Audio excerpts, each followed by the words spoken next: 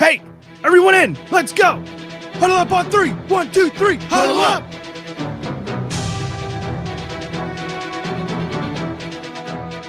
You all know what you have to do. Remember, no one, and I mean no one, comes into our house and pushes us around. This is your game now, gentlemen.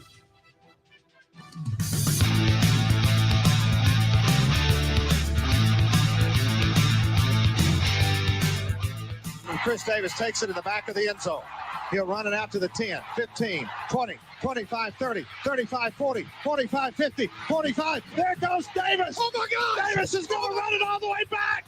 Auburn's going to win the football game. Auburn's going to win the football game. He ran the missed field goal back. He ran it back 109 yards. They're not going to keep him off the field tonight. Holy cow. Oh, my God. Auburn wins.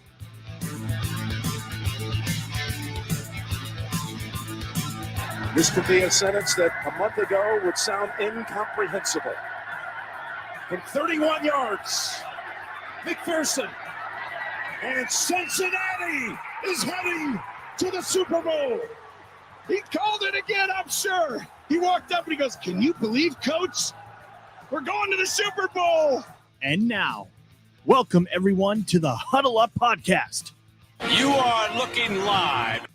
Hello, everyone. Welcome. It is another week of the Huddle Up Podcast. We are back. It is Tuesday, September the 13th, 2022. A wild week again in the world of football. Oh, good God, EJ. Oh, why do you do these things? Good Lord. We'll maybe address that. That's a big balls. The gang is all here. How would you know what that's like? The gang is all here. Kyle, Matt, and good God. Look, don't get mad because you had a horrible sports weekend. Irish, Cowboys, I get it. It's okay. Look, man, you need a hug, right? I'm still alive in my survivor pool. I'm 3-1 in fantasy football in my 4 leagues. So I just gotta refocus my energy. That's all it is. But you can subscribe to our show on all podcast platforms, YouTube as well. Facebook and Twitter are both at Huddle Up Podcast. You can get our merchandise. A bunch of new designs dropped over there in the TeePublic store, so make sure you check that out. Everything is there on the link tree on the social media pages. Ernest, I guess you're full of piss and vinegar with the Giants finding a win and whatever other teams you support falling into a win, losses. And I can't keep track of who you're fans of. But how you doing this week, EJ? It is what it is, man. Look, I'm happy the Giants won. It's been a long time since you won opening day. It's been what 5-6 years, so I'll take it. I wouldn't know. I'm not a Giants fan. Matt, how you doing this week? I'm all right. Eagles won, so I'll take that. EJ's sign is, if you listen to me, +4 Detroit. Just saying. Dumber every week. When did you even tell anyone +4 Detroit? Football is awesome. EJ's was degenerate. Picks of the week. Boom. Let's go. All right. You act like I pay attention to your shit on the Detroit weekends. The podcast comes out on Tuesday nights, Wednesday mornings, Matthew. That is a disgusting act. Kyle Nash, how we doing, buddy? It may be a disgusting act, but he still gets the bing. You know what's disgusting? That crew trying to tell me somebody getting hit in the chest is the same as a helmet hit. This is why you suck, Troy Aikman. Anyways, listen, this is how delusional EJ is. He picked a team that he had on his board. I said it. By the way, if we're going to be bragging about stuff, your little cute thing about the over is adorable. To the three of you fools with BYU and Baylor, I tried to tell you, but you wouldn't. Really? Jim, he's starting already. Already? He fucking abused that fucking meme all weekend long on text. To the point where my wife sent it back to him. If we're going to talk about abuse, you and the word frisky called. He says, no, Mitchell Trubisky. Mitchell Trubisky. It still sucks. It sucks just as much as when you tried to pull it in the recording of the football is awesome. Hey, I was putting him in his place, Jim. God damn it. Hi. A, B, I don't want to hear how you've had enough in it when the first thing you do is change teams again on your board. Go Irish, Cowboys are back. What table? Listen, first You can't handle the truth. You know me 10 years. If you don't know how this shit works, I can't help you anymore. Yeah. I tried to tell you, but you didn't listen. Oh, That's how you don't know it. Oh man. Well, we are off and running It's like a as reality we show every week in this fucking show. as we swear are to God. each, and every week. I did have a saner observation to deal with before Big D dumbass came up in this place. I do feel like I owe you a bit of an apology because now the McPherson drop on your open looks a little off.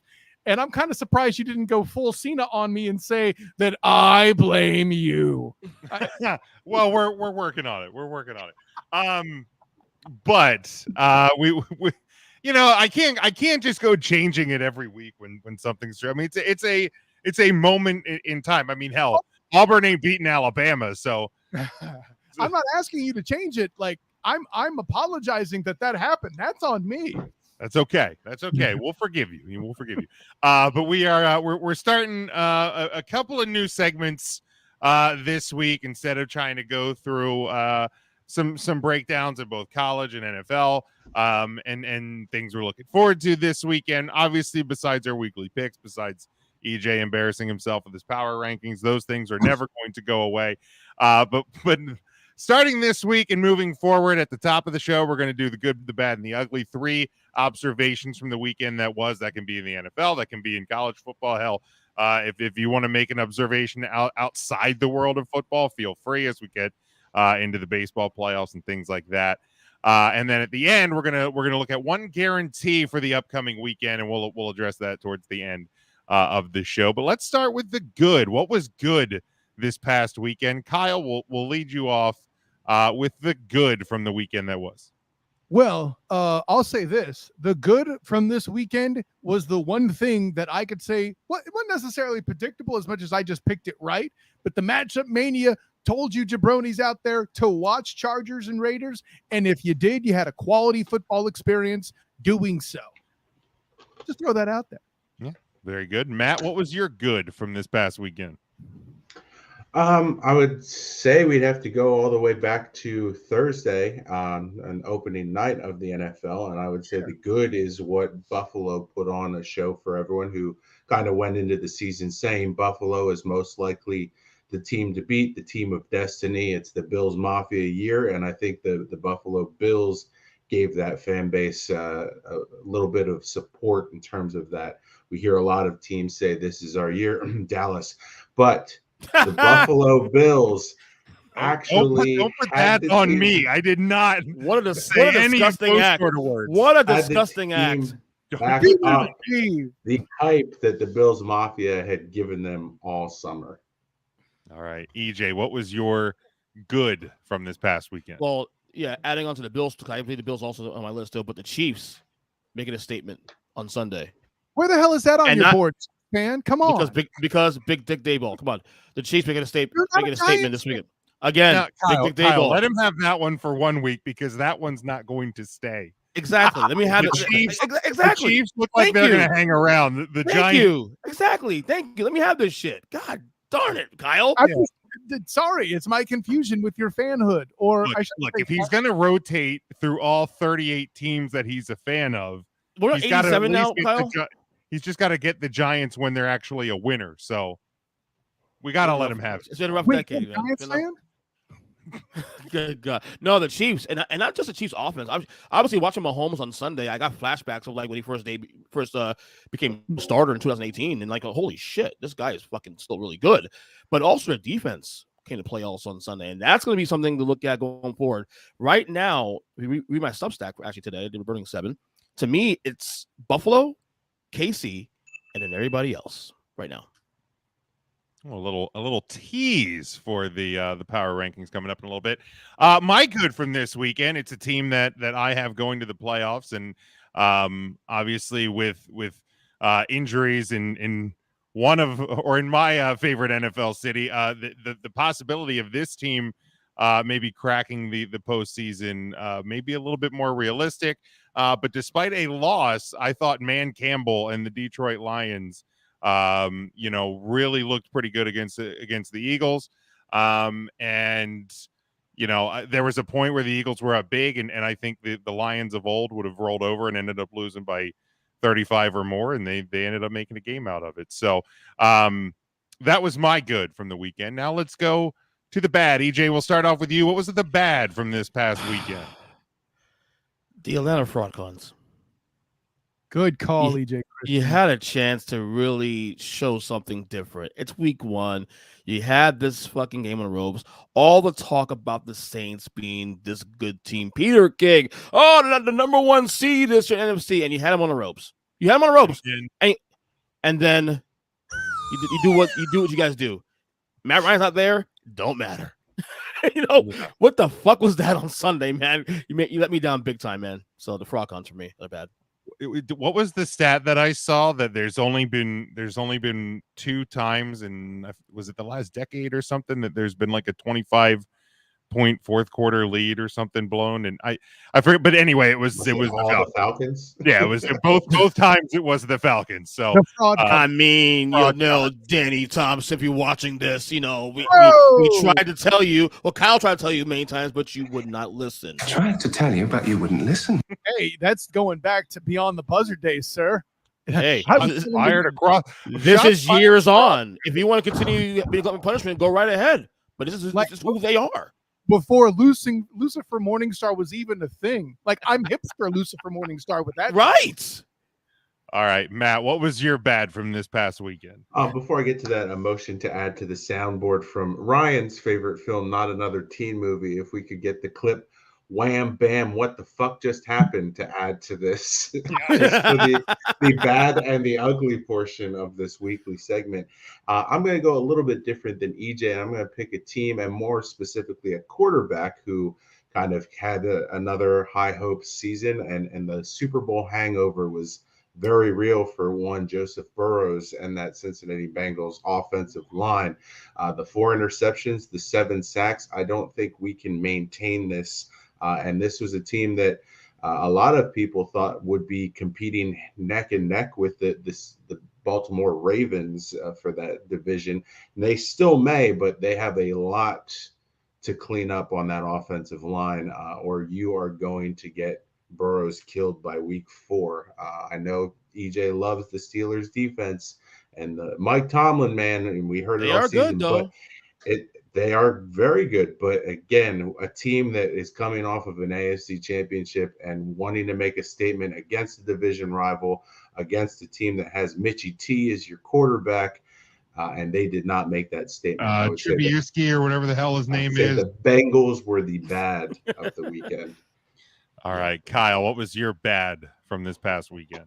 Matt, I'm glad you brought that up. I was going to let this slide for later in the show because, listen, let's be honest. There is a butt ton of bad I could pick out. I could definitely put the Bears and the 49ers in there, too, with the Bears being handed a game, obviously celebrating, knowing that they couldn't actually have any real thought in their mind to deserve to win. And they got moron Bear fans like controversy Raphael Haynes trying to chortle at me at Facebook. I saw that. As if they won't still be bragging about that during the first playoffs. I saw that. The Niners on TV anyway. But I'm going to go a different direction. You talk about the Bengals being the bad, and that's a great call out, Matt. This isn't me versing you, but let's flip to the other side of the coin. Your dude, Joey Burrow, and it's singular, by the way, Joey Burr, throwing all the interceptions that he did in the first half, and Minkah Fitzpatrick going precisely nuts was a beautiful thing. But with all that, Trubisky or whatever the hell his name is, only Trubisky or whatever the hell his name is, 23 points, and needs to be bailed out not only by Minkah Fitzpatrick making an amazing PAT block, but then later McPherson has to miss another kick to keep you in the game. That game shouldn't have been close. And the only reason was you, Mitchell Trubisky, and I blame you. By the way, prayers up to JJ Watt, and though his pec isn't torn, listen. Just saying 6 weeks. TJ Watt. Right, Let's be fair. JJ Watt not hurt yet, but Oh. No, I think he isn't he? is he? No, he's not yet. God damn it. Did know. JJ miss the first week? Is he ever healthy? I guess that's the real question. And I love JJ Watt. This is not a slander of. This is I like all of the Watts. I think they're all pretty awesome, but yeah, that's the family snake bit. yeah, big time. I mean, listen, when you're asked to carry the entire team from the defensive tackle, defensive end spot with a quarterback like what, TJ Yates or Brian Hoyer or whoever the hell it is this week? TD Jakes. That. Remember that? Of Oh, course, the podcast joke. All right, my bad from this past weekend. The Nebraska Cornhuskers falling to 1-2 after losing at home to Georgia Southern. Scott Frost, 16-31 in 4+. Barely started that 5th season, but 4+ season. Scott Frost, the prodigal son, returns to Nebraska, and he is out early in his 5th year. Like I said, 16-31 in his tenure there. Didn't quite get the restoration of glory in Lincoln. So Nebraska once again looking for a new head coach and plenty of answers. And how the hell did we end up here with that? Oh, sir, listen, you better Lucifer Morningstar that mamma jamma. I called that back in 18. I tried to tell you, but you wouldn't listen. Just as an update, JJ Watt did miss week 1 with a calf injury. There we go. The Chiefs. Damn it. So, when it mattered. All right, and then we go to the ugly. Kyle, what was the ugly from this past weekend? Nathaniel Hackett, if he gets fired already, I'm good with it. Oh, the Denver Broncos. To see him rob Russell Carrington Wilson of the opportunity to stab his fans in the heart after Pete Carroll has the audacity to actually draft some linemen after he leaves and protects Geno Smith in a way that Russell Carrington Wilson hasn't been protected in this decade. For you and your dumb ass, based on analytics, which I'm sure we'll get into. Well, maybe we won't get into it later. Dumbass. Exactly. You tell me what analytic gives me a kicker who's 1 for 8 from the range of 60+ yards already, a better opportunity to secure a victory than Russell Carrington Wilson, who's among the leaders in comebacks in the past 10 years. No, not among the leaders. The leader. Stafford might be ahead of him. I don't remember. No, I saw that last night. They confirmed last night. He is the leader. The leader. When is it 36? 10 When years. is it 32? What you're telling me is Russell Carrington Wilson has more comebacks in the fourth quarter than any quarterback last 10 years. This is fact. But please tell me how a 1/8 chance, the 12.5% chance, is better than one Russell Carrington Wilson. What are you? An idiot sandwich. I'm not even mad about the time management. Other people might be, but Pete Carroll sucks at time management too. We know this. Jim's favorite. Oh, fuck Pete Carroll. Matt, what was your ugly from this past week? I mean, it's a very good pick by Kyle. It probably would have been up there on mine, and it still might be, because I'm just going to say overall kickers in the NFL this weekend were the ugly. We saw how many missed field goals to win games, to close out overtime. We've already seen a few get cut. I know the Colts cut theirs. I wouldn't be surprised if some others. And to kind of echo on Kyle's sentiments, to put the game, a Monday Night Football game, in the hands of your kicker on a 64-yard attempt when he was 1 for 7 in attempts over 60 yards in his career, just is absolutely a brutal mistake to make when you have a $242 million quarterback on your team who's kind of done this before and made these drives look easy. And if anyone got the treat of watching the Manning casts yesterday to see Eli, Peyton, and Shannon's heads all collectively, I saw that clip. Explode, it was fine television. Give me the Manning cast over Aikman and Buck any day of the week. By the way, Matt, quick Go aside, you mentioned having done things in the past. You know that guy, Aaron Charlet Rodgers, you know that guy that Jem hates so much? he was Here- pulled off the field in lieu of a field goal in a pass game in a decision that was heavily criticized too. Oh, who was it that did that? Oh, right, offensive coordinator Nathaniel Hackett. Thing sucks. Damn straight. EJ, what was your ugly from this You past both week? took you both took the tools on the use. Special teams into the league. Nathaniel Hackett, obviously. I'm gonna go a little. I did a little research. I'll do something else. The New York Jets, dude. Oh God. I mean, they were in it in the first half. I mean, that's like fucking I clown mean, shoes, what dude. were they supposed to do? They had Joe Flacco. Joe at Flacco. quarterback. The end. Joe I mean- Flacco is still playing football in the year of our Lord 2022. What the fuck are we doing right now, bro? Higher than, I'm being honest. They gave the Yeah. Eagles a draft pick to get Joe Flacco. too. Yes, like I said, he is still playing in the year of our Lord 2022. The Jets, obviously, a little teaser. They are pretty much on the bottom of the barrel of this power rank this week. By the way, Jim, as a quick aside, I demand credit for my ugly this and every week not being EJ's board. Anyways, Well, yeah, I mean, we don't want to be too obvious about it. We don't want to be too obvious about it. It is what it is, buddy. My ugly, and you can hammer the homer flag on this I was one. going to steal this one too. yeah, Fuck, go- man, dude. I mean, I was getting pessimistic before the season started, and I couldn't have been. I couldn't. I wasn't prepared. I wasn't ready for as bad as it was. I mean, dude, how is your offense that bad? I don't understand. I just don't. I mean, fuck. It's awful. The defense tried their best, but now you're without Dak for 6 to 8 weeks, and Maybe 4, according to Jura. Okay, Jerry needs to shut his fucking mouth too. That's I your am- owner. Be careful. No. I hope he hears this. I You mean, could have said the Jones family is your oh yeah, ugly, the whole huh? lot of them. But I mean, Jerry's the crown prince of. Can I add one stupidity. more ugly? Can I add one more ugly real quick? We And that already is Big Jim's fucking timeline, dude. On that Oh no, fucking dude, game. that's a thing of beauty. That's not ugly. That's a thing of beauty. Holy shit! Right on But command, Jerry, dude. he's just an idiot. Like, just shut up, man. Like Dak is not even 24 hours out of surgery, and you're already like prognosticate 4 weeks. But when every like NFL team doctor that has a Twitter account is like, this guy's an idiot. There's no way it's gonna be 4 weeks. Like, just stop it. Just stop. You can't say he doesn't care about his team, though. You can't say he doesn't care about his team.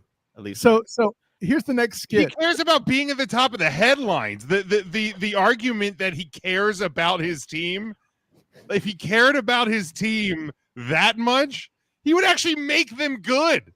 He would actually give somebody the ability to be a general manager. They drafted okay the last couple of years. I will say that. What's that? They drafted well last couple of years, though. We'll say. Yeah, and how's that working out for him? I don't know. Not Listen. well. Drafting doesn't secure that you have a good coach. But Correct. Jim, listen, I have the next bit for the next 4 to 6 weeks. We'll just Photoshop you in a lab coat, being like, dude, shut the fuck up.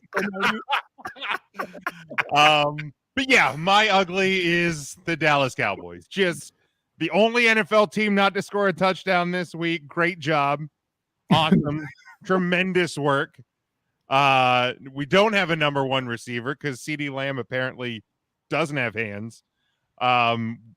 You abandoned the run because your offensive line stinks, and now we have Riptide Rush as our quarterback. So yeah, these next 6 to 8 weeks are going to be great.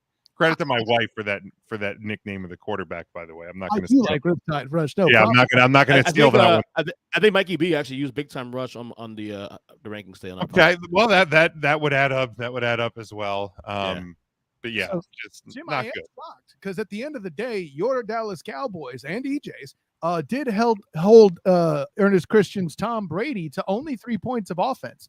I thought for sure your ugly was going to be you're fighting Irish for sure. But I mean, Up until he said Dak, I thought he was talking about. I mean, What is that? he had one offense? of The two defense They tried was- their I was best. I was gonna say the Cowboys, but I said let me tee up for Jim. Let Jim have his moment here. yeah, I'm Matt. I thought you were going to go Notre. I thought you were going to take Notre Dame from me, so I could go with the Cowboys. But there was a good bit of ugly from this past. Here's some weekend. good for the weekend too. Some good. The Gators lost to Kentucky. That's good. That was interesting. good. Yeah. Fun game. No, listen, and I actually said to myself, I tried to tell you, but you wouldn't listen. I saw them perform in the Citrus Bowl with very stout football, and I just thought because Wendell Robinson was gone, it wouldn't be the same. Boy, was I right. Which, by the way, Jim, listen, when you start saying how in regards to the Irish and your Dallas Cowboys and EJ's Dallas Cowboys, make sure you queue up Lucifer Morningstar without me having to tell you, because I tried to tell you. Kyle, it just plays on a loop in my head at this point. Okay, I don't even need to play. I don't think the listening audience needs to hear that as much as I see the GIF in our. You can't see him though. You can't see him. You don't need to. But yeah, this will be a weekly segment now on this show. So everybody, you can look forward to that. And if you ever want to contribute as listeners, you can contribute your good, bad, and ugly, especially during the live show. But throw them out to us on social media as well. We can get that going. Looking ahead here to college football slate for the upcoming weekend. And boy, guys, this was not an easy week to find some games. So there's going to be some interesting names, interesting teams on the docket for this week. I tried to go with 3 service academies on the pick'ems for the week. Navy has the week off. Army's playing Villanova, so there was no odds for it. So I was only able to get this one, and that is the 2-0 Air Force Falcons, who are a 17-point road favorite at 2-1 Wyoming. This one, 48.5 is your over-under. Friday night, 8 o'clock on the CBS Sports Network. EJ, we'll start with you. Okay. I mean, I don't know about this game, but give me Air Force to cover 17 points. I'll take the over. That's the beauty of the at least the first 2 on this is who even knows these exactly. I'm not going to pretend I know these fucking teams and the personnel. Matt, how about you? Definitely like the over. Both of these teams can put some points on the board. I think that spread is a little too high for my taste. So give me Wyoming plus the points and the over. All right, Kyle. Wyoming, more like Wyoming. I definitely have them covering. I definitely have Air Force covering. I like the over too. I think we're 3 for 3 on that. So there's your bet out there, degenerates. And we'll leave it at that. We're gonna get a rim shot here at some point, I promise. It's just gonna hit. Let's go Wyoming to cover the 17. I will go the over. Thank you. I do like caught up. It caught up quietly. I'll be here all week. Tip your waitress. Try the deal. Yes. All right. Let's go to Saturday at noon on the Big Ten Network. Western Kentucky is 2-0, and they travel to Indiana, who is also 2-0 and a 6.5 point home favorite. 60 is your over under. Kyle. You know, your Hilltoppers of Western Kentucky are a team that you regularly see performing and making it to the Cure Bowl as a big deal in the FCS. That being said, Indiana's a big team, and they've been on the rise, and they've been on the fall. Yeah, I'm not going to say that Western Kentucky is going to win, but I'll definitely take the 6.5 points and give me the under for this contest. All right, Matt, how about you? Yeah, I see a lower scoring affair than 61, so the under is a good bet there. But I'll take Indiana to cover. I just haven't seen enough out of the teams that Western Kentucky has beat. No disrespect meant to Appalachian State or Hawaii. All right, EJ. Yeah, I'll take Indiana to cover 6.5 points and give me the under as well. All right, I will go with. Kyle sounded pretty intelligent with his assessment here. So let's go with Western Kentucky. I'm gonna go upset special all the way around. They're gonna go into Indiana and upset them because it's Indiana. They stink. And I will go. I'll take the under on this one because why not? All right, well, let's go to Saturday, 3:30 on Fox. It is number 12 BYU. They are 2-0. They travel to 1-1, and number 25 Oregon, who is the 3.5 point home favorite. The over/under 57.5. EJ, we go to you. I should take Oregon to win this game outright since they're at home, right? I mean, simple. But I'm gonna take Kyle's. I'm gonna ride with Kyle's big dick energy right now on BYU from last week. I'm gonna take BYU to win this game outright. And you know what? Give me the over. Fuck it. High scoring. Let's go. All right, Matt. Yeah, definitely think it's high scoring. I don't know why Oregon's favored even with it being home.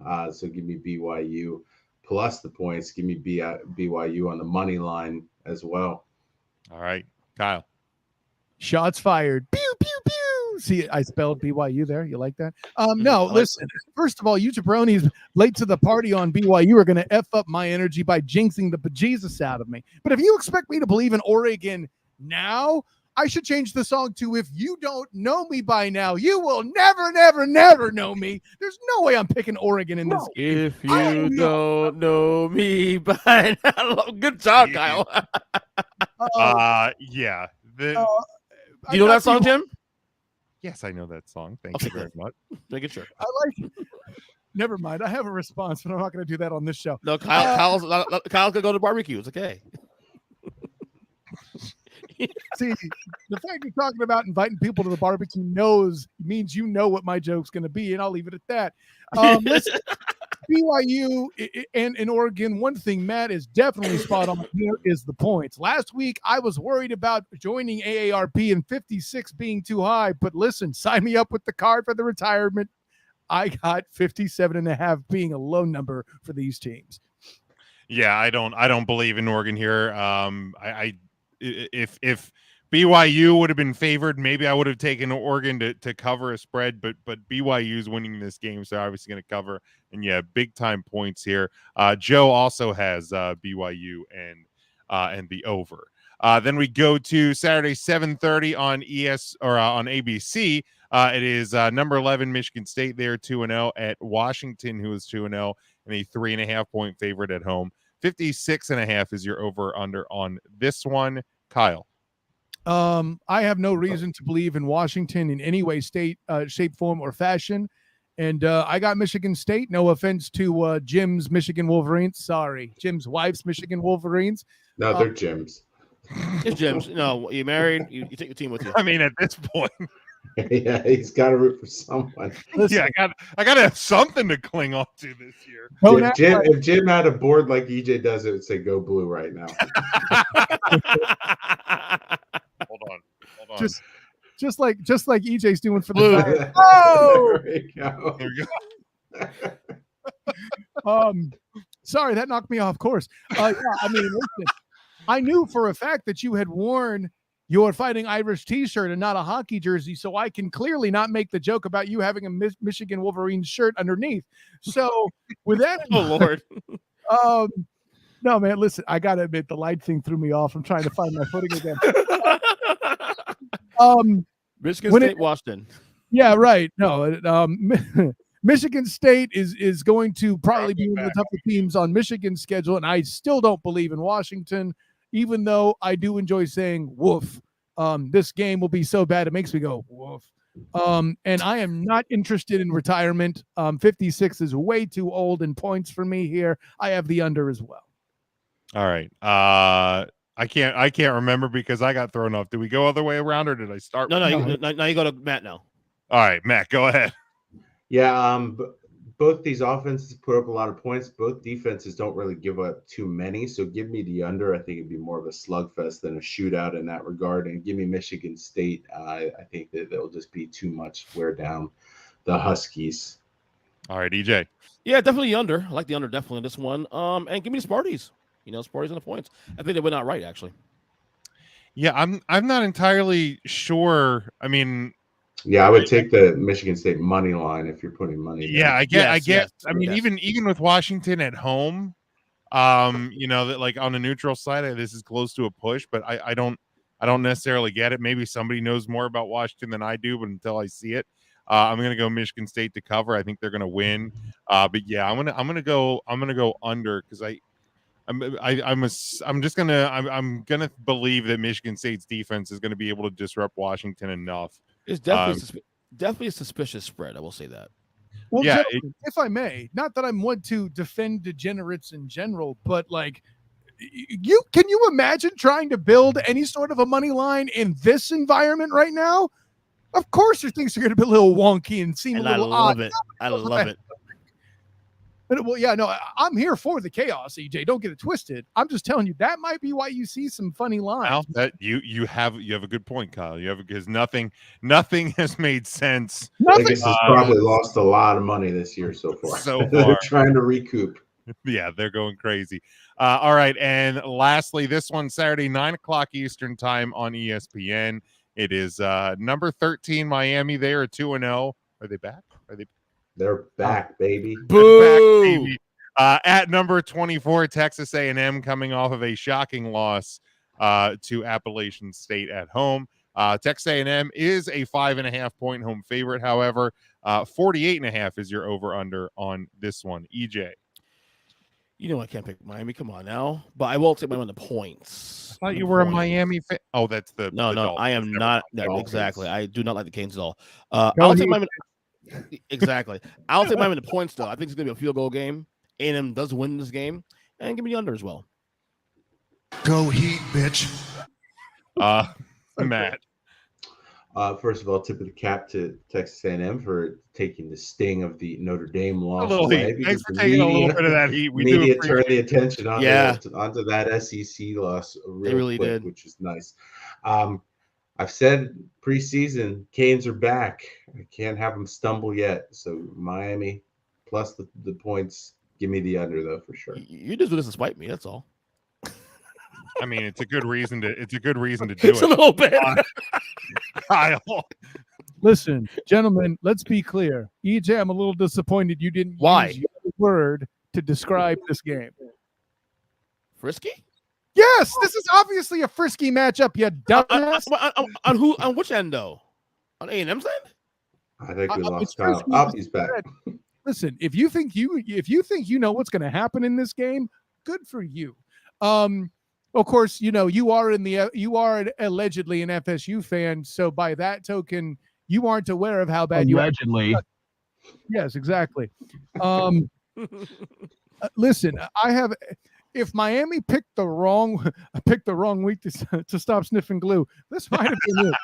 Like, with A&M coming off of a loss like this, you have to think that they're going to be at least a little bit hyped up.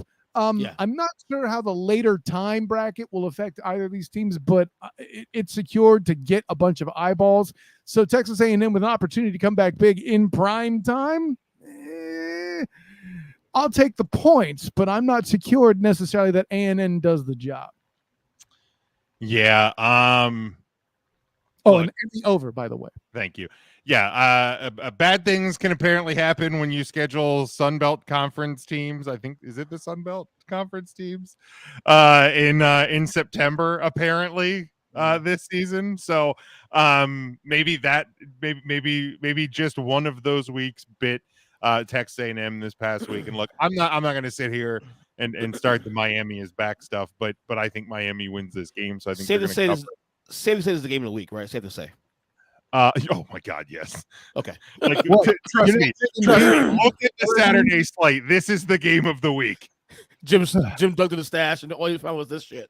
Yeah, I mean, dude, when I was literally going to put Villanova at Army, and I don't even remember the other game that I was going to put on here, but literally wasn't able to get odds on it because they're against FCS. Could have put EJ's Knowles against the Louisville Cardinals on there. Well, we had EJ's Knowles 2 weeks ago in a game that I thought they were going to just squeak by against Duquesne, so I didn't want to put them on there and run the risk of having EJ get. I understand. it's okay. What do you think of the? But all right, here is a question. But I'm going to go Miami to cover. And I'm going to go over. But EJ, to your alleged Florida State Seminoles, white helmets for the first time ever. How do you feel about that? Weird. Have you seen them? Absolutely. No, but no, I haven't seen them yet. But I already heard it came out 2 days ago, and this imagining it is like, it's weird. Absolutely gold. Oof. I can't even think. I can't even think about that right now. I'm scared to look now. Let me see if I can find them here. Yeah, here we go. This doesn't sound good. Yeah, it's a weird look. Is any garnet gold in it? Yeah, they have the spear. Well, while Jim's looking for that, real quick, the point I'll make: as much as people overuse the term, "Oh God, that's disgusting." Okay, so that's not okay. So I'm gonna be honest with you, it's not as bad as I thought it will be. I don't like it, but it's not as bad as I thought it will be. Okay. Now, Jim, do you know? Disgusting act. Yes, Did you know our alma mater, the Warwick Warriors, sued FSU for just stealing their exact helmet? I do not know. We should probably look into that though. We should probably look into that. But then Wisconsin may sue us. It's not horrible, but yeah. It's weird. It is a weird look. Weird. Florida State, but they're going full white, I guess. White helmet, jersey, pants, the whole deal. How racist for this? Well, I was going to say, since they already represent Native Americans, a white helmet, that's diversity, right? And anyways, no. But listen, for all the ways that people misuse the term trap game, I definitely think A&M losing the way they did against App State going into this Miami game, that's what a trap game is, folks. Oh, well, question. And I'll tell you what, though, like if A&M had won last week, and this would have been absolutely it's still a game of the week, but because they would have been top 10. You know what I mean? Because they were number 6, they would have been top 5 because Notre Dame went out of that 5 spot. But I'm still intrigued by this game, though. I'm still intrigued by it, even with them losing last week. I'm still intrigued by this game. I'm also surprised that no one had Texas as their bad or ugly from the vanilla play calling that took them out of the possibility of beating Alabama on Saturday. Good win. Yeah, it wouldn't have been. It wouldn't have been. I don't think it would have been. Jim, you called the head coach a coward multiple times on Twitter. I did, and I stand by that. Like I think because there's a point, and I hate that I can use this as a reference, but Matt, you'll enjoy it. Is you look at like the way Doug Peterson coached in that Super Bowl against the Patriots, like he knew like you're going to have to do things that if they don't work, you're probably gonna lose the game. However, they worked. Like to me, there was numerous points in that game on Saturday where it looked like Texas had a chance to put more points on the board, to potentially, and I use this word loosely because we've seen Alabama come back in late game situations, but an opportunity to almost put the game away and instead, kick a field goal. Like Texas left a lot of points on, off the board, and ultimately it came back to hurt them. I understand your quarterback gets hurt and this and that, but like they had so many chances to be up a lot bigger and to win that game, and I thought it was coaching that failed the team, not the team. Your quarterback gets hurt, you have a freshman at left tackle. Those things matter. And listen, can we please pretend for 30 seconds that this is less about Texas losing that game and as much as more Bryce effing Young going Bryce effing Young in the fourth quarter? Can we please not take away from what was a very solid performance from both teams, and I know people are complaining, the officials, I don't think they were as bad as advertised, but there was definitely some stuff missed. I'd feel more comfortable personally, no offense, Jim, that you call the ugly on the officials rather than anything with the play calling and conservatism for a backup quarterback and a freshman starting tackle. That's specifically on that roughing call, correct? That was awful. Well, so what makes the roughing call difficult? I'm not sure. The problem is the guy wasn't down yet because he was rolling on top of the other player. That completely effed up the rotation. So I didn't really know what to think at that point. Yeah, Joe points out here, Texas missed opportunities, suck the energy out of Bama. Bama definitely, and this was a very uncharacteristic game discipline-wise. Oh yeah, Nick Saban for Alabama, the most penalties in a game at Alabama, coached by Nick Saban. So, like, I don't know if that is an anomaly or if that's a if that's going to be a storyline throughout this season that Alabama can't reel that in. So that's going to be something to watch. Given his track record, probably an anomaly because every time they have a bad game, they turn it around. But listen, I'll put it this way: since Lucifer Morningstar has become part of my persona, it's natural for me to go devil's advocate here. And actually, I kind of believe it to an extent. Granted, I asked Gus Malzahn this at UCF's press conference when I was covering it for the Black and Gold Banneret. But I still think there's some validity here. Like, with more and more transfers being part of the equation and that being used to plug holes at starting positions, guys being out of sync in week 2, to me, doesn't feel like something that's necessarily an anomaly. It's a trend, but there's a reason for it. I don't put this as a slight against anybody, frankly, whether it be Gus Malzahn or Nick Saban, the participants of the Iron Bowl clip that opens the show here at the Huddle Up podcast. But I think they're going to be more inclined to put that onus on themselves because A, it's good press for them. B, it's good PR with recruits that he's not blaming the damn guys who he's bringing into the house. And C, they might actually believe in themselves that much, which I have to respect for coaches. But for my money, them coming into systems that weren't necessarily their previous system, regardless of the fact they're experienced football players, matters in my mind. And listen, again, Gus Malzahn himself told me no. Week 1 maybe, but week 2, no, that's on me. That's literally what he said in the press conference after the Louisville loss, where UCF is accountable for 21 penalties in 2 weeks. I feel like there's some there. And yeah, I mentioned UCF. You're talking about Alabama not performing. I feel like there's a bunch of teams in college football that are saying, oh, too many penalties. I think that's life, at least at this moment where the transfer portal is still a novelty and being used and possibly overused as part of the day-to-day operation. All right, fair enough. Let's move on here. Let's go to the NFL. Let's go to NFL week number 2. We got 5 games on the docket for this week. We start Thursday night, 8:15 on Amazon Prime Video. So if you are not an Amazon Prime subscriber, you are not going to be able to watch this game. So go get your free trials now, folks. You'll get them for a month. But it is the Chargers. They are 1-0 at the Kansas City Chiefs, who are also 1-0 and a 3.5-point home favorite. 54.5 is your over-under on this one. Kyle, we'll start with you. First off, if you're checking out Prime, I'd strongly recommend 2 series, Catastrophe and Invincible.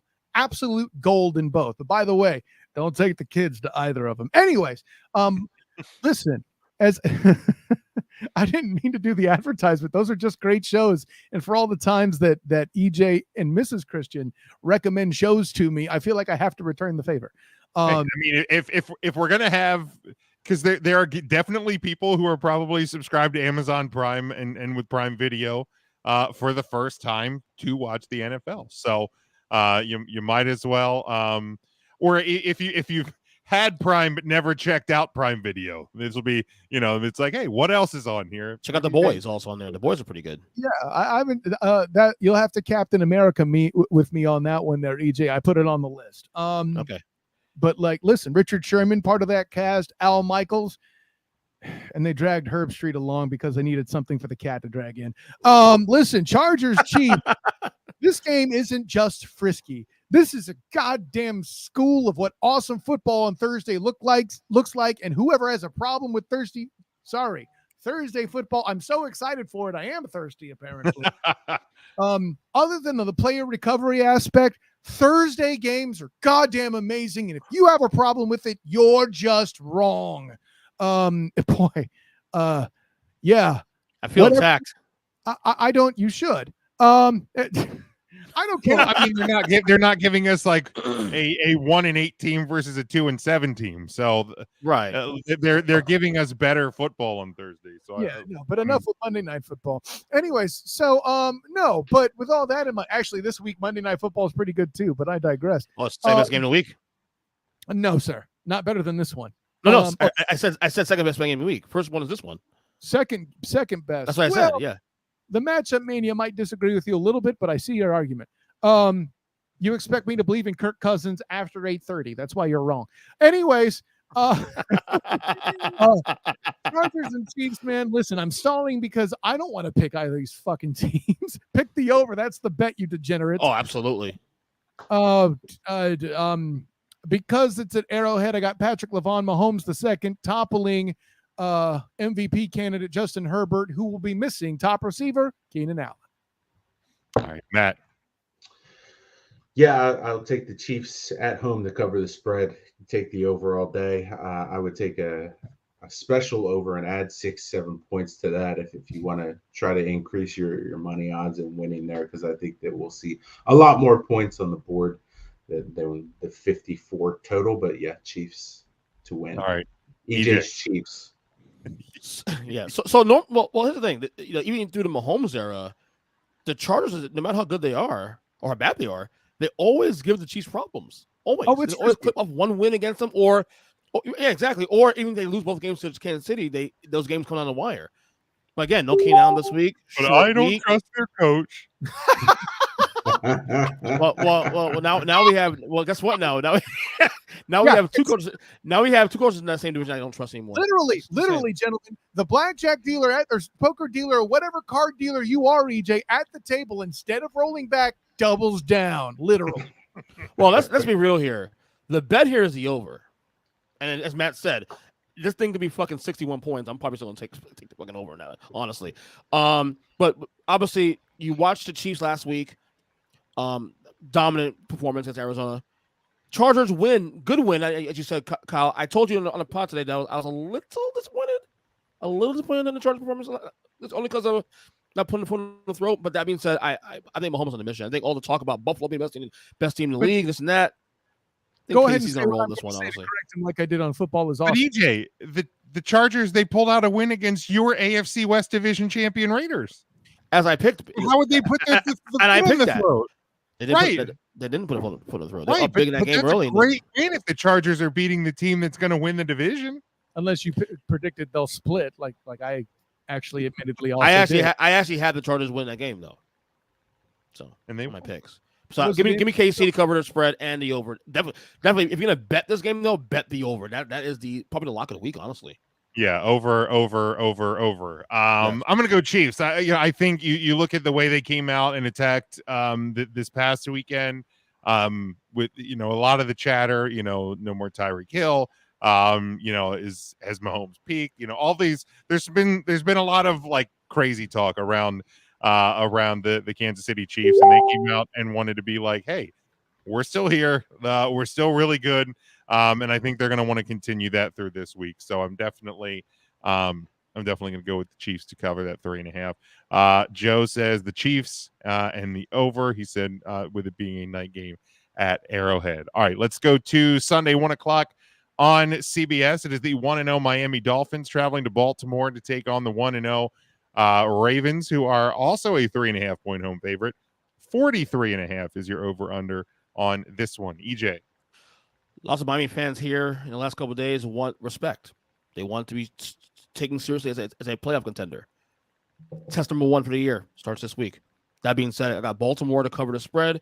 And you know what?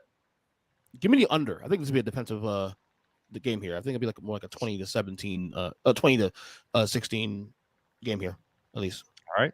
Matt?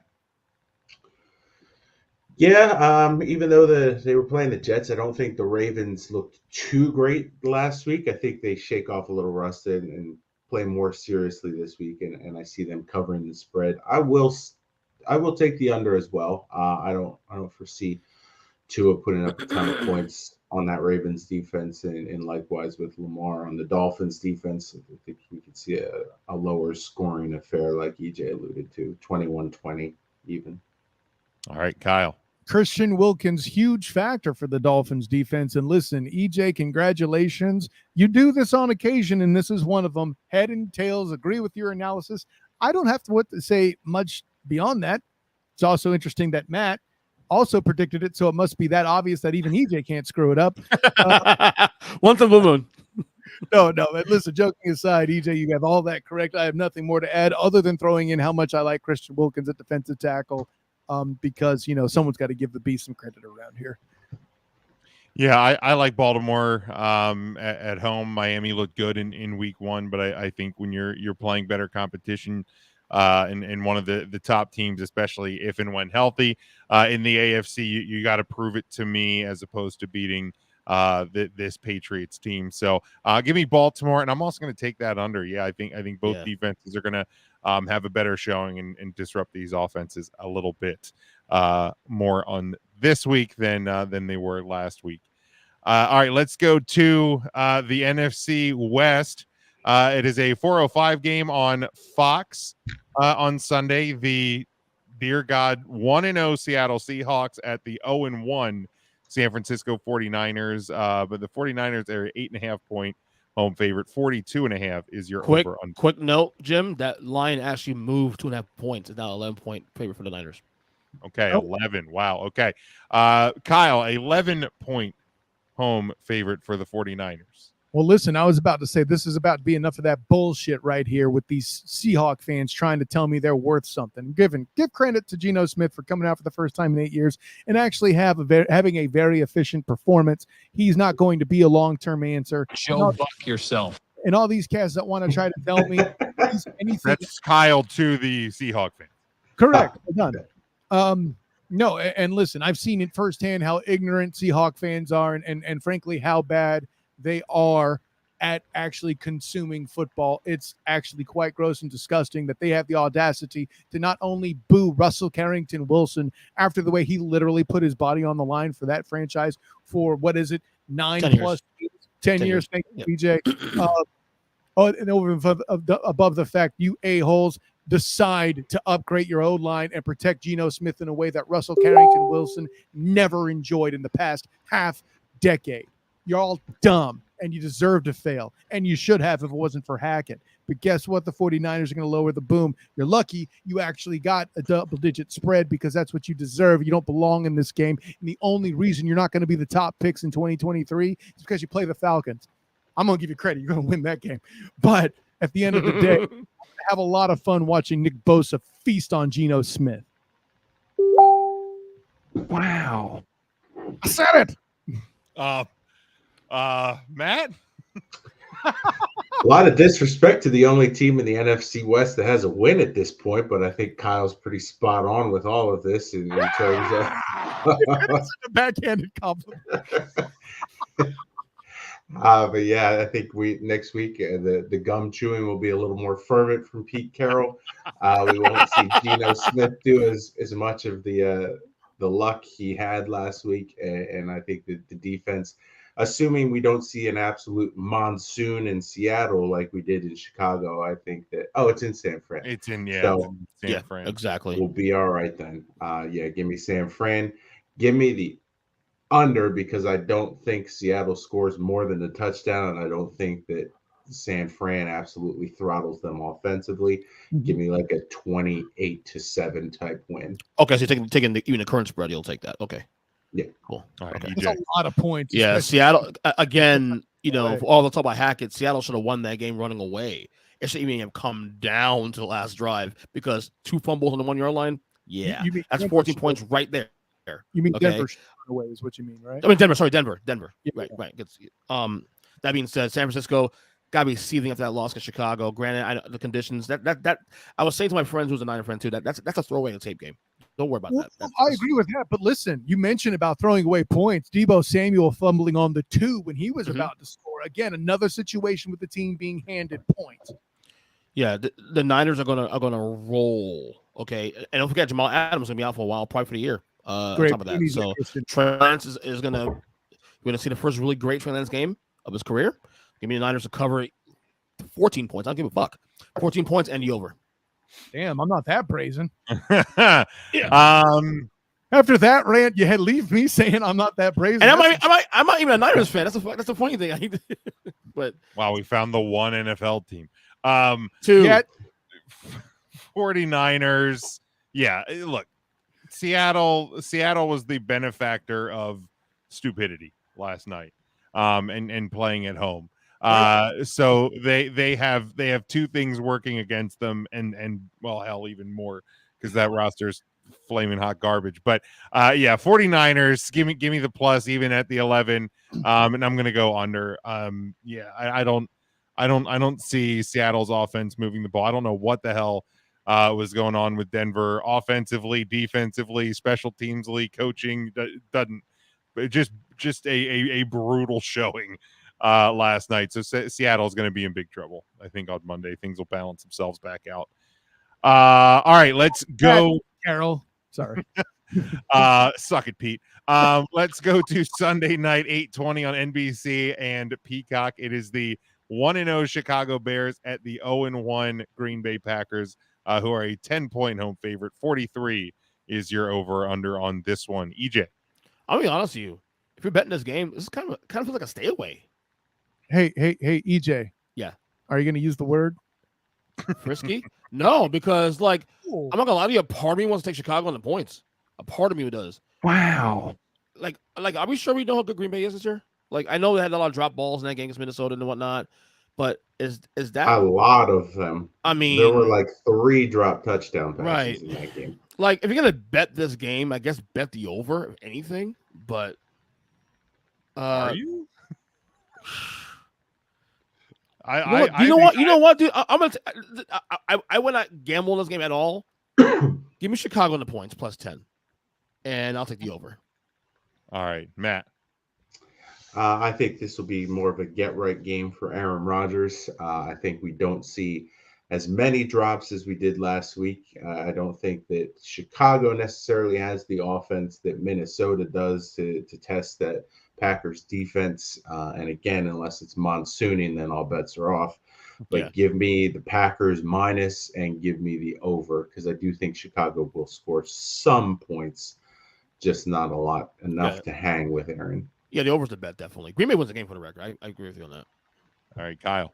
You know, I love Jim as a host because first he says "suck it, Pete," and then talks about a game that's on Peacock. Anyways, with all that in mind, I'm with EJ. I'm taking the Bears and the points. And with all due respect, Mac, listen, it's very rare I have to correct you. That's why you're going to come on to the Student of the Game podcast on Wednesday and help me pick games. Oh, breaking news. To wrap the show up. Breaking news. I wasn't ready. But Bears Packers, listen, 10 points. You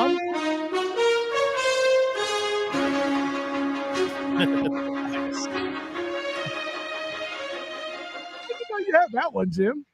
Jim has it all, man. You always got to be ready, Kyle. He doesn't have an I blame you, but again, that would be greedy. I have no doubts.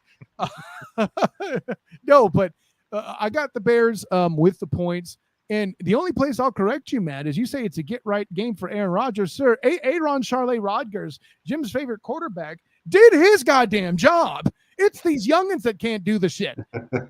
It might be a get-right game for them, but I'm not prepared to think it's all of them, and I have no reason to believe that Randall Cobb or any of the other veterans, I'm blanking on the other guy. I don't believe this. The former Buffalo, Sammy Watkins. There we go. I have no reason. He's healthy?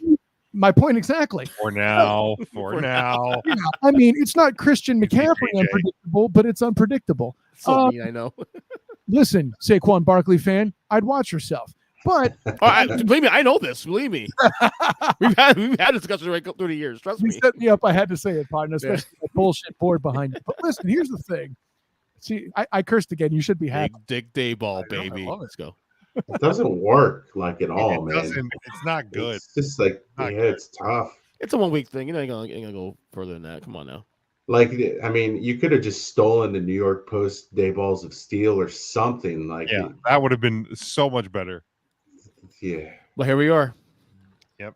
I mean, it's on brand for you. Don't get me wrong. Exactly. Because it sucks. It's just trash. They award you no points. You see what I'm saying with Matt? He said in the podcast about Matt. See what I'm saying? God, you see what I'm saying? Dude, I don't know if he pissed in his cornforflakes or what, but he just went to No, he's an asshole Eagles fan. Come on now. It's part of the course, dude. He fucked up. and you wonder why I hate Philly sports so much. Matt only adds to the fucking fire, man. Booing Santa Claus is one thing. This is going after exactly, dude. This is next level stuff. No, but this is.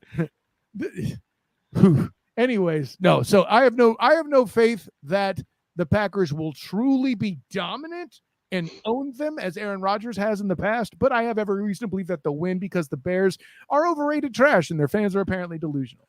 You got that, Contra? Yeah, I'm gonna go Bears to cover the 10. Packers are gonna win this game though. It's gonna be close. But eventually the better quarterback, the better team is going to win out. And that's just how it is. And I'll go the over. Cream rises to the top. Oh boy. Because there will be points scored. Thank you, Aaron. Thank you. Bye. All right. And then finally, we go Monday night, 8:30 Eastern time on ABC. It is the 1-0 Minnesota Vikings traveling to Philadelphia to take on the 1-0 Philadelphia Eagles. They are a 1.5 point home favorite. 51.5 is your number currently on this one. Again, if you're catching up to this show later in the week, we are live on Tuesday, so you're going to want to recheck some of these lines later in the week. This line moved a point actually. If you are into these sort of things, but we'll go with that. Kyle. By the way, 1-800-GET-HELP. No, but listen, I made the point earlier that I stand by, and Matt's Eagles.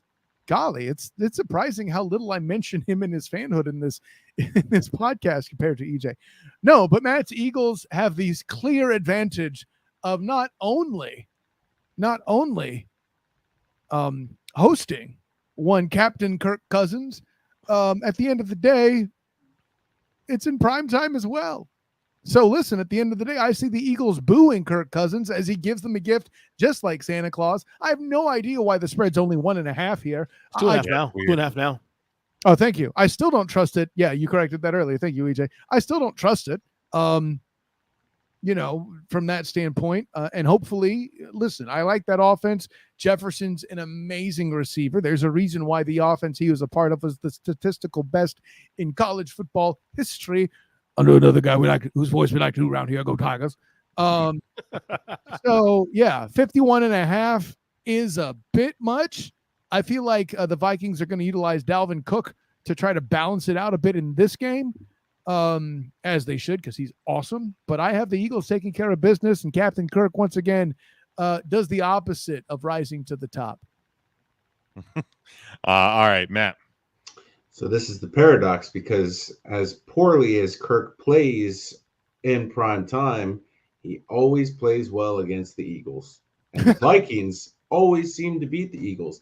That being said, I can't pick against my team unless it's when we're picking the Cowboys games, and then I will always pick the Cowboys to beat the Eagles for the reverse jinx. But this time I will pick the Birds. I will take the over in terms of total points. I haven't seen enough out of the Eagles defense just yet to say that they're going to keep it to a low-scoring affair. And I think playing in Philly at night will put some points on the board as well. All right, EJ. This is a stay away in terms of betting. No honestly. doubt. Stay away. Now, I can't pick the Eagles because obviously I hate the fucking Eagles. You're a Jalen Hurts guy. There's also the paradox. Great. Wait, EJ, admitting you like Jalen, I find that hurts for you. Oh, Ridiculous. No. And the thing is, I was saying earlier, the Eagles, look at their schedule. And I said this on text, and Matt was like, "Oh, wait, it's not a big game." No, this is a big game. Look at their fucking schedule. This is one of the few. Not a big game. This is one of the few games on their schedule that, that are considered toughies. If I may, the number one season. EJ, hold on. Quote yourself correctly. You used the term "must win" again incorrectly. Okay, it's not a must win, but it's a huge game though. It's a big game. It's not a must win. Because we may be looking at the two best teams in the conference. I'm not sure. We'll see what we'll get at. How big of a game is it though? If the rest of the schedule is that bad, seeding. No, seeding. Because we could be looking at Monday night as looking at the two best teams in football, in the NFL. NFC.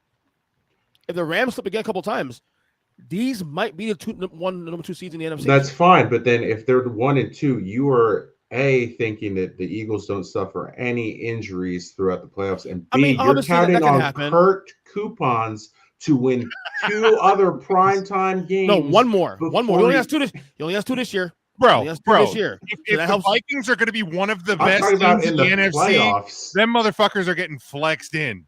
Okay. Because there's going to be games late season that are going to matter more for the Vikings. If they're going to be that good, and there's going to be teams that are going to get flexed out. So if you think that the Vikings aren't going to get flexed into another primetime game, and late every season, playoff game you is a are out of your primetime mind. game.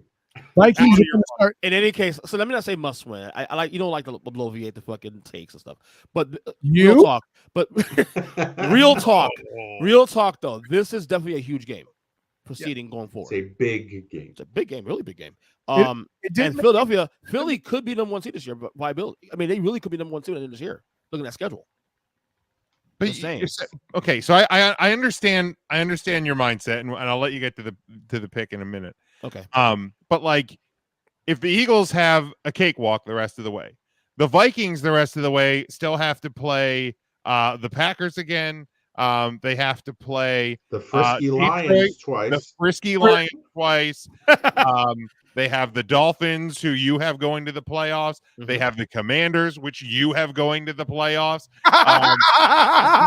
Hey, they want to know right now, buddy. And Dallas is out of the picture now. So yeah, helps my odds. Right. That's why I didn't mention. mention the Cowboys game. I'm talking about your picks though. So they're at Washington, they're at Buffalo. Okay, they're at Miami. So there's 3 big games on the road. They have the Colts. Like there's a lot of tough games on that Vikings schedule. So I mean, it's a big game Even more reason that's a big for game the now. Vikings. It's a big game for the Vikings. I don't think Yes. it's that big of a game for the Eagles. Okay. That being It's, said, it's a big NFC matchup because honestly, both these guys, Jim, will need that conference victory in seeding and tie breaks and stuff. I really think that will matter.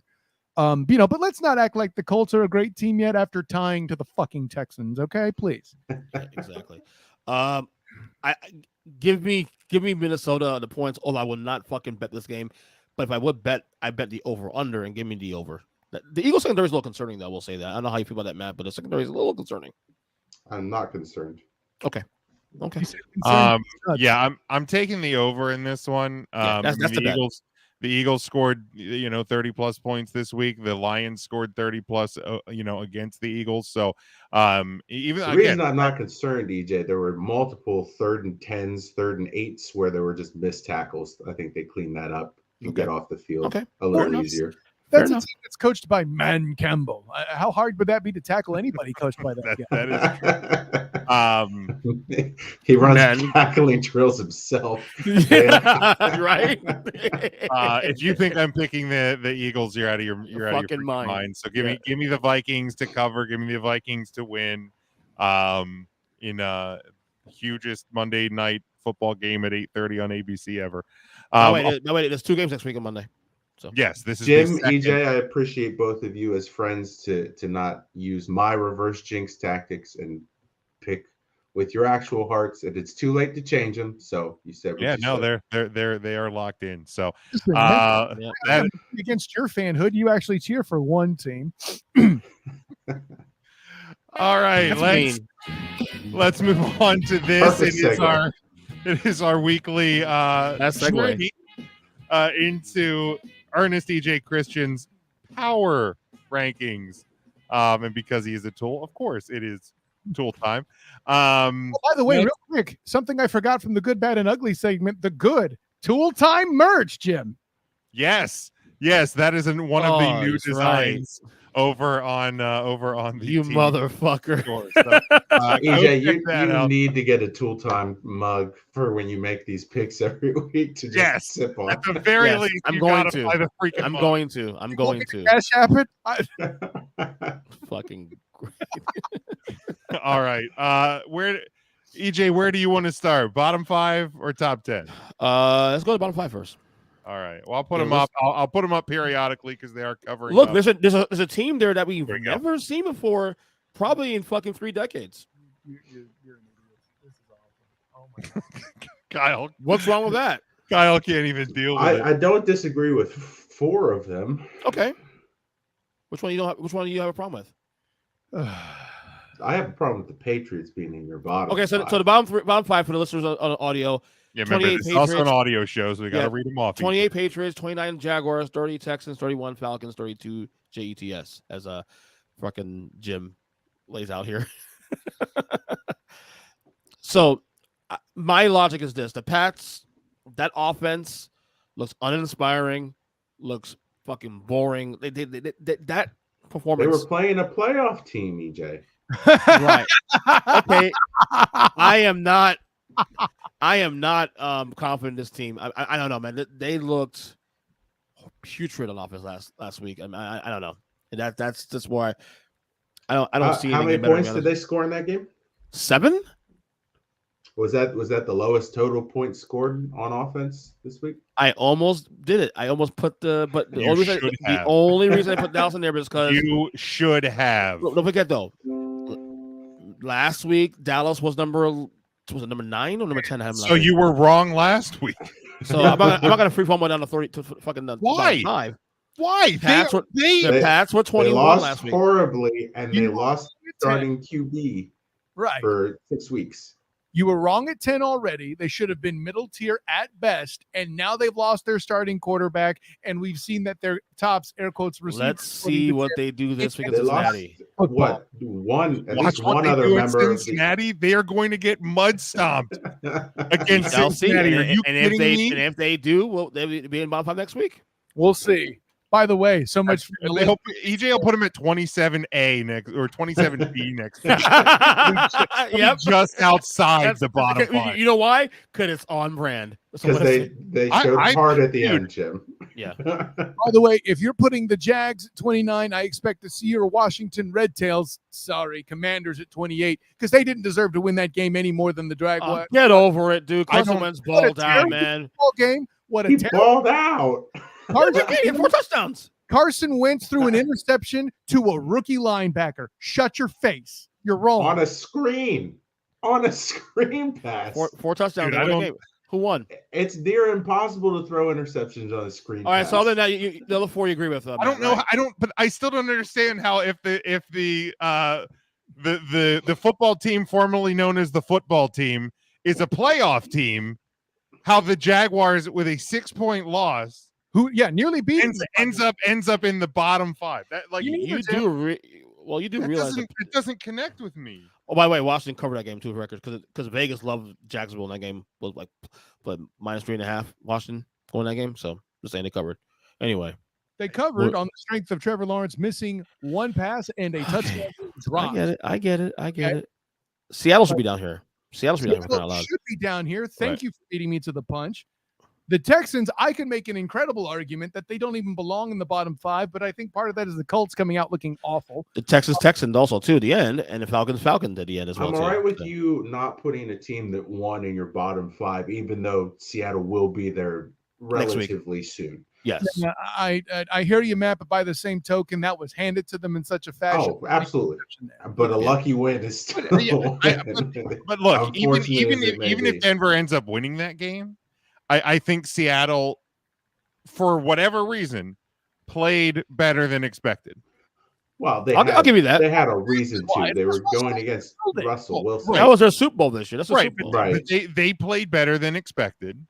So I'm fine with Seattle not being in there. To each their own. I mean, listen, you thought Notre Dame was going to be relevant, so we disagree on a lot of things. But listen, I mean, I don't remember saying that Fuck, they it's were. gonna top. It's I gonna don't think top. either of us. I don't think I was said banging the drum that they were going to be whatever. I mean, I guess Evil it Jim. Evil Jim did. So that's depends how you define relevant. But All right, get the top You're 10. gonna Get do the top 10, for Jim. an example, I'll go back to the Utes and bring up Vincent LaGuardia Gambiti. There, you feel better? Anyway, that one I got to take. That one I can't argue with. by the But way, again, it was more about where they started and the conference that they're in. I didn't expect them losing to a bad Florida team. So and you were unable to pick USC. I get it. You know, and that's not a shot. Like, I get that's where you live. You know, but listen, the Jets, I can't put them at 32 because they competed for a half against an AFC champion competing Ravens team. The with Falcons, Joe Flacco. the Texans, I can't get behind that. But I see kind of why you did it. The Jags is just completely incorrect, especially if you're picking the Red Tails as a quarterback, or excuse me, as a playoff with that quarterback. And the Patriots, well, I mean, I think you're trying to subdue me after knowing you're a Patriots fan and showing a little objectivity for once. But I mean, if I'm going to pick a team out here that came out and looked worse than they did in the past, I can make a better defense for the Bengals. I'm not saying they should be here, but it's not so much that the Patriots were bad. They were just boring. I mean, is your defense that apathy is worse than no one caring, or apathy is worse than, you know, being awful? All right. Well, let's we No, I'm asking that question of EJ. Like, is the apathy part kind of why they're there? I mean, that's no shit. No, I didn't like what I heard come out of camp. Obviously, they were 21 on my list last week, so they weren't. They're already in the bottom 12 as it was. So because they took the L, they dropped more. All right. I mean, you can. So you add that. It wasn't like they went from like 11 to fucking 28. It was like No, you're right. 21, and now they're going to 28 now. Okay. And so, hey, listen, that one you might kind of have right, but the Cowboys should actually be in there. No, I think Dallas should be in your easily bottom could have five. put my frisky Like, Panthers. you in there as well. got that one wrong. No, Dallas is definitely closer to 5 though. I'm not gonna say, but I want to see how to respond. Cause I also put quality opponent as well too. Tampa and the defense played well. Honestly, they played very well in that game. But So, dude, I look at it, 3 points. you held Brady's 19 points though. That's not bad. So dude. what? I Like, mean, but dude, let's see. but okay. He did move the ball with ease. They moved the ball. It was a bend but don't break. Right, I get it. I get it. But now you're gonna have to ask even more out of your defense. Correct. Like look, Leighton Vander Esch was healthy for the first time maybe ever. And you're gonna ask more and more out of this defense. Sean Lee because 2.0. because Riptide Rush is now your starting quarterback. Hey, last year he started on a Sunday night game and he won against Minnesota. Just saying. And a Sunday night game against Minnesota. That's on all Halloween. you needed On all Halloween. you needed to say. It's Kirk coupons in A prime time. Sunday night game against the Vikings. It's all you needed to say. Yep. On Halloween. You know, but dude, yeah. Look, Cowboys should be in your bottom 5. Let's move to the top 10. Well, in fairness, because Matt brought it up, I don't want EJ to feel oppressed. I got to take a shot at Matt. With Carolina, the reason why they're not in the bottom 5 is because of the Baker Bowl. They were motivated in a special way in that game. And it was won. Shit. Yeah. All right, let's go to your top 10. EJ, read them off. All right, so let's go from 10 to 1. Number 10, if this can come a little faster. 10 was, I think it was the Vegas Raiders. Number 9 is the Eagles, 8 Chargers, 7 Ravens, 6 Vikings, 5 Bengals, 4 Rams, 3 Bucks, 2 Chiefs. Number 1, of course, the Buffalo Bills. So I'm going to get myself out of the way here because I'm going to say something that I'm very shocked that I'm about to say. I like it, EJ. I like it. The Bucks are a little high for my taste. Yeah, I consider moving them down. Maybe the Rams, but I don't know how I feel about 3 NFC teams in the top 6 right now, but I'm mad at it.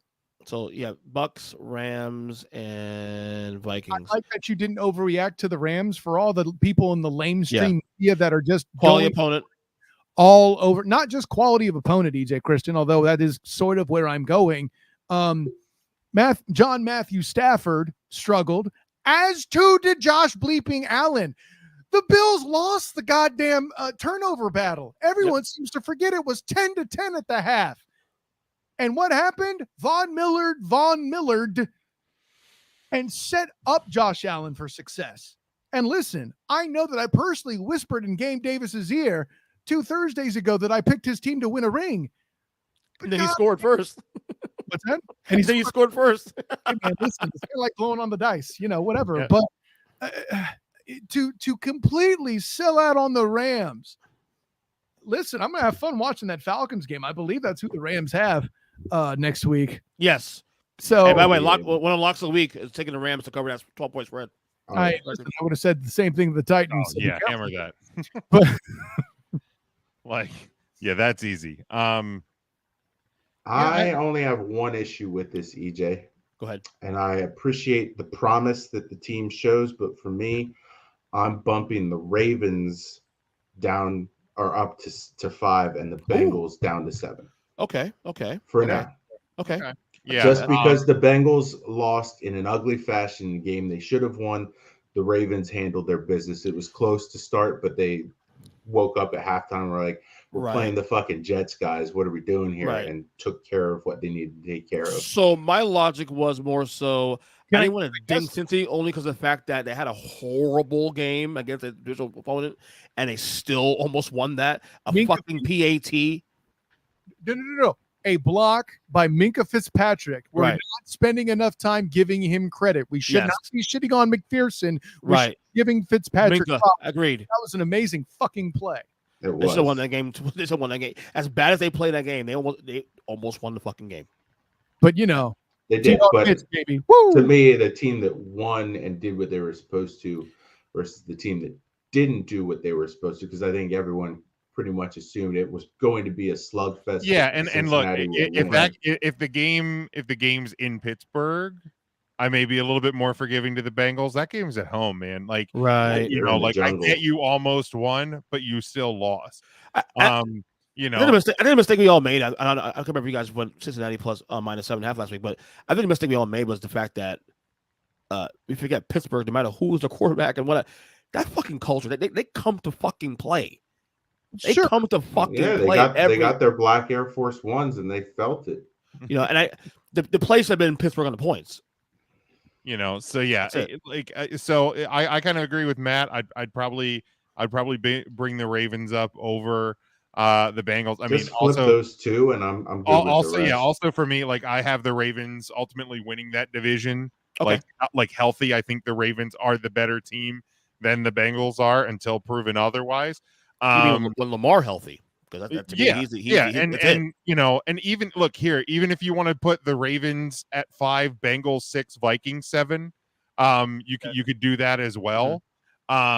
Because the Vikings look good. Yes, they beat the Packers, but look, Kyle brought up a great point. Rodgers did his job, the receivers didn't. So the Vikings, they maybe caught a break that the NFL likes to do these division games week 1 and caught the Packers at the right time.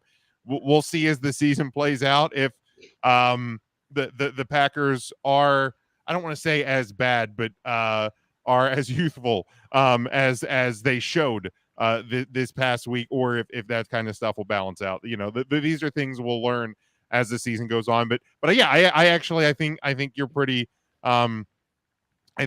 spot on there with the top. Maybe, and I get Bucks won, Rams didn't. But I actually almost, but the Bucks sputtering, right? You know, inside the 40 against Dallas. Yes, they held the Cowboys to 3 points, but you know, I came close. Maybe flip the Rams and the Bucks, but I don't think there's no. Jim, you say that I was very close to actually doing that originally. I was doing that. I can fix it with this. Take the Chargers, who for some reason you continuously disrespect. Slide them into number 3. Kyle, have you heard? He does not believe in that coach. Yes, he's still. I don't know if you've heard. He's got to build trust. And again, we got 2 coaches, and now we have 2 coaches in that division I can't trust now. You're the idiot that trusted Hackett in the first place. That's on you. Chargers belong at 3 right now, based on evidence.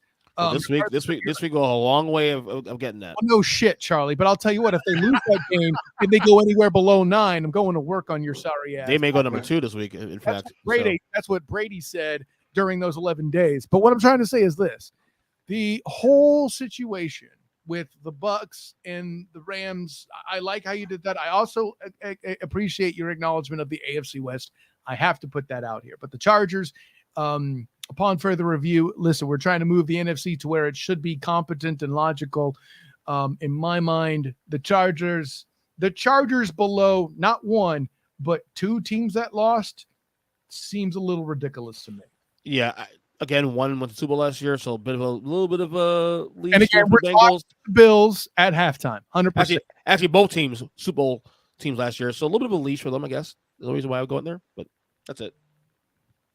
All right. Yeah, like I said, I don't think there's anything really super egregious with your top 10. Bottom 5, yes. Bottom 5, I think you got very, very wrong. Well, he said the Pats only. Matt said the Pats. That's it. But yeah, we will. I thought they were bad. We will move on to our final bit. This is I talked about it a little bit earlier, but another new segment debuting this week where we look at one thing we guarantee will happen this upcoming weekend. You better lock it up. You better lock it up. No, you lock it up. You lock it up. Lock it up. Lock it up. Kyle, what is one thing that will definitely happen this upcoming weekend in the world of football? Is it one thing for me to can I demand that you do better while also respecting every goddamn minute of what you just did? Is that possible? Because I'm pretty sure that's what just happened.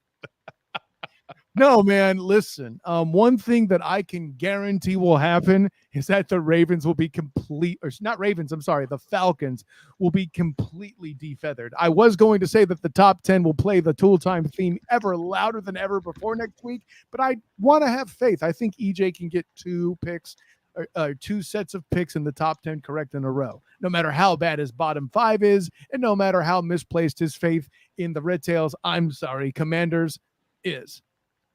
All right. Lock it up. Matt. All right. So going into week 2, I'm guaranteeing this. Is that correct? Pretty much? Yes, this is a guarantee. Okay. I'm going to guarantee that last year's 1 seed from the AFC will drop to 0-2. Oh yeah. They're playing Buffalo. Yeah. They're playing Buffalo. Oh, yeah, absolutely. All right. Lock it up. EJ. I am guaranteeing that the Seattle Seahawks will come down to earth, and the Niners are going to beat the living shit out of them on Sunday. Lock it up. Fucking 12 points, 15 points. I don't give a shit. Hey, thank you for making it so I didn't have to be called Homer. All right. For me, my guarantee is the NFC East will go 1-3 at best this weekend. Are you calling a loss to the Lions by EJ's playoff worthy Commodores? Sorry, Commanders? Yes, I am. Yeah. That's why I'm easy. I don't know, Jim. I feel like that should have been followed by now. That's a weird game, though. 1 point spread. That's a weird Detroit game. Giants Panthers is a weird game. Yep. Bengals and Cowboys, not so much. Not so much. I think Lions second game at home. They got close last week. They're going to pick up the win. I think the Lions will win. I wouldn't guarantee. I would not touch that game. Brave of you. Lions win. Giants going to crash back down to earth. Cowboys are getting their asses kicked by the Bengals. So, that one's not even going to be close. So to me, that will be the one. The Eagles, the one win. He's setting up his own personal Lucifer Morningstar moment, and I'm here for it. And look, like so with 1-3 at best, you like if the Eagles win, Giants lose. If the Giants find a way to win again and luck their way into that one, and the Eagles lose, then I'm still right. So yeah, it's 1-3 at best. But yeah, I mean, to me, it's Lions definite, Cowboys definitely losing. So like it's Table versus the Cats. There's a joke in there somewhere. Probably something somewhere. All right, gentlemen. Anything else before we close up shop for the week? EJ's a tool. I mean, Evergreen. Yeah. I mean, we know that. I mean, we know that. We did know that. So EJ, so no, let them know. I'm kidding. Let them know everything you got going on, where they can keep track of what you're doing. Yep. Erstiga podcast. So we about to finish. I got to finish my last segment of the Football's Awesome Pod episode. And I'll be up tonight or tomorrow morning. Great episode. I try to keep close to an hour and a half, but might be 2 hours again, Kyle. Sorry. a lot of shit happened this week. Things happening, bro. So much shit happened. I couldn't keep it down. I'm back on Substack writing again. My Burning 7 dropped today for the first time in 5 years. So earnestyspeaking.substack.com. I'm on Twitter at EJChristian7. Also, if you love wrestling, Take 3 Wrestling Podcast drops every Friday. Check it out, of course. And other than that, guys, as always, great job, great episode, and see you next week. Go ahead, and big dick day ball, baby. Yeah, Go Heat, bitch. Thank you. Matt, go ahead. Yeah, I guess this is kind of the crossover week. You can hear me on Mondays on the Maximize Monday podcast. Big Jim was in the co-host or guest chair this week on that one. Wednesday, I will be on Kyle's podcast. I'm not doing any of EJ's shit, so sorry about that. But I'm not doing it to December, so don't worry about it. But you can catch me on Thursdays on the 3 Count Thursday podcast, talking all things wrestling. Sorry, no more AEW talk. They haven't done anything to mess up this week. Well, they're, so they're in the mud Jim's anyway. kind of ignoring them. So back to WWE. Actually, this would be the this best week. time to talk more AEW because they are in the mud. That's I true. the Queen or something? What the hell? Hey, you can follow me on Twitter. It's at 3CT, the letter A. Philly is in Philadelphia, number 8, 3CT affiliate. Is that for Kobe? Yes, the 8. The 8 is actually for Shane Victorino. Perfect.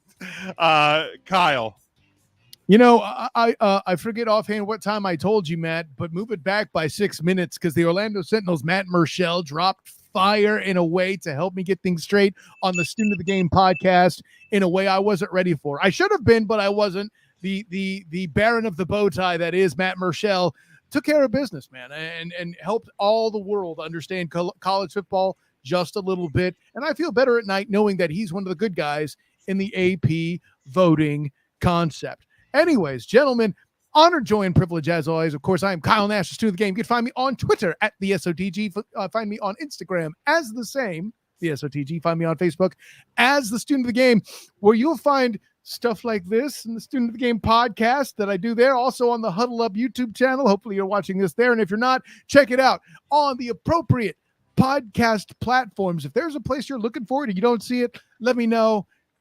You got all the Twitter and stuff. You heard it, the SOTG. And of course, check out my work with the Black and Gold Banneret.com. I will be writing my preview for the upcoming game for UCF, trying to bounce back as they battle FAU this week, their first road game, Florida Atlantic, in Boca Raton. Soon to be a new member of the American Athletic Conference, by the way. And then also on top of that, check out not only game coverage, but of course post-game that I provide, not only in the form of YouTube and clips from the press conference after the game, but also the night shift cast that takes place hosted by Eric Lopez and Bryson Turner. I'll be checking in live. Well, it won't be from the field this time because it's not here at home, but I will be checking in live after the game to let you all know what it is that you needed to learn from the game. Also, this weekend, the Jackson Jaguars season opener for their home opener, I should say, hosting the Indianapolis Colts. Hey, they tied to the Texans. Anything is possible. I will be. I picked the Jags all the way for that game. So, yeah. So with that in mind, I will be covering them for the 3pointconversion.com, where Wednesday you will see drop the matchup mania for week 2. That's going to be a good time all the way around as well. Also part of the 3pointconversion.com. That's the number 3, not the word 3. And check out my work as well with the Jacksonville Jaguars through A7BN Sports and the Captain and Company morning show, oldschool101.com. Captain Chris Hill was actually in DC, went to the presser post game where Riverboat Ron spoke a little bit. He had a little something to say with that. So if you were interested in any of that stuff, you know where to check it. That's where I told you. And I don't know the situation with Demosthenes Euclid, but I can tell you that you can still check out the Hilarity by Default YouTube channel. Listen, we got enough content there that we may not be turning it out right now this second while Demosthenes gets things going. Still got plenty of things you can watch and have a hell of a good time. Gentlemen, on Enjoy Privilege, and looking forward to having Matt as well as friend of the Earnestly Speaking podcast, Booga Peters, in the house to tell you and everybody else why EJ's absolutely wrong to have so little faith in that coach. So I don't trust him. Did you hear? We heard. Okay, good. We heard. Well, hopefully I trust this guy. Hopefully you'll hear Booga Peters and you'll finally stop with your bullshit. You need to leave. Bye. I'm out of here. Speaking of crossover weeks, EJ, we're going to be getting together tomorrow to record a new Discussions with a Nobody, our top 10 favorite Queen songs. So make sure you check that out. I cannot wait, man, for that one. Yeah, this is one we've been putting together for a little while. Not a meme. They've been working to do a Queen podcast for a while. Yeah. This is just unfortunate timing. I'll be honest. Yes. Yeah, definite unfortunate timing. And remember, it's not best Queen songs. It's favorite Queen songs. Correct. Favorite songs, So Discussion with the Nobody podcast, you can get that on all podcast catchers. So look forward to that one dropping either late tomorrow night or early Thursday morning. But you know the deal. You can follow me at Big Jim Sports, but make sure you are following along with this show at Huddle Up Podcast on Facebook and on Twitter. You can get your merchandise over at tpublic.com. The link for that is in the link tree on our social media pages. You can subscribe to our YouTube channel through there as well. Get your full-time shirt. Get your Tool Time shirt. Get some of your other designs there. Ridiculous. A bunch of new designs up this week. So make sure you grab those now over there at tpublic.com. Subscribe on all podcast platforms. If you enjoyed the show and you think somebody else will as well, let them know about it and encourage them to share the show as well. Until next week, enjoy the football. Stay safe, stay smart, and go for the win.